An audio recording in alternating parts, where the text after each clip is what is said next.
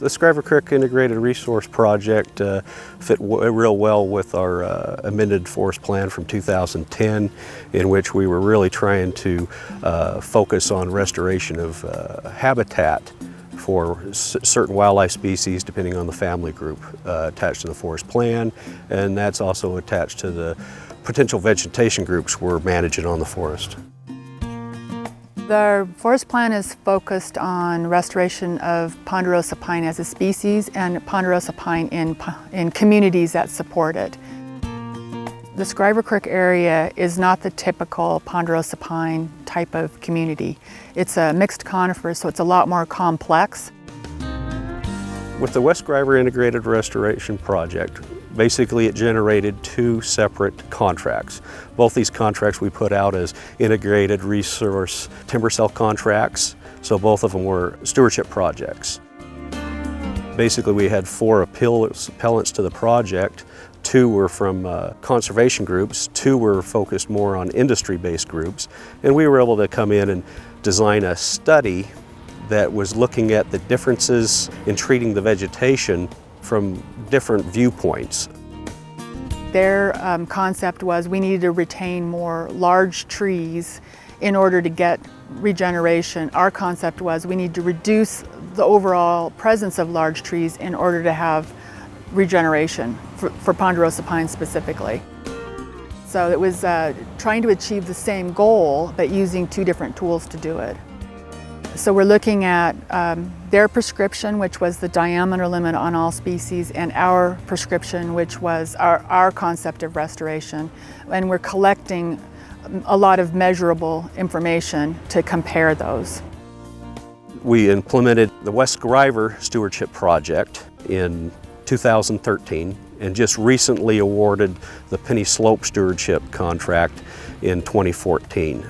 Both these projects combined generated 35.3 million board feet of lumber and basically generated $3.3 million worth of receipts.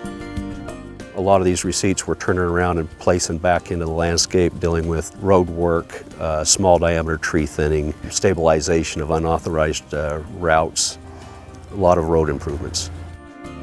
And these road improvements were really critical to achieving one of our purpose and needs of the project, which was to improve water quality within the drainage. Oh, I feel real positive about how this project and set of projects is headed. We were able to get through the NEPA process. It was the first large project we put forth out of our 2010 amended plan. And we were trying new things we haven't done before, civiculturally, with the vegetation, to try to address a lot of the issues for resiliency in wildlife habitat. This is the first project that we've had in a really complex landscape, which tries to bring together concepts of vegetation restoration, wildlife habitat, and then how it's beneficial for reducing fuels, or at least treating the vegetation in a way that fire could still operate, but the way we want to. I believe we've got a good basis now, especially with going through and doing some of the things we did, like instituting the vegetation study as part of the appeal resolution. We've got long-term plots out there and blocks established that will hopefully give us more information as we go back and remeasure those plots and look at the data to hopefully tell us, are we headed in the right direction with our management principles with this amended plan we have. I think it was a win for all groups, including the Forest Service and the United States government. I think at the end of the day, the appellants in the U.S. Forest Service basically come away all feeling like they won something, and we've moved forward with implementing a large-scale project. And the feelings were that at the end of the day, people felt that they had been heard and their issues had been hopefully resolved. Maybe not in the way they hoped they would be, but they felt that they had been heard and their issues had been addressed in some way, shape, or form.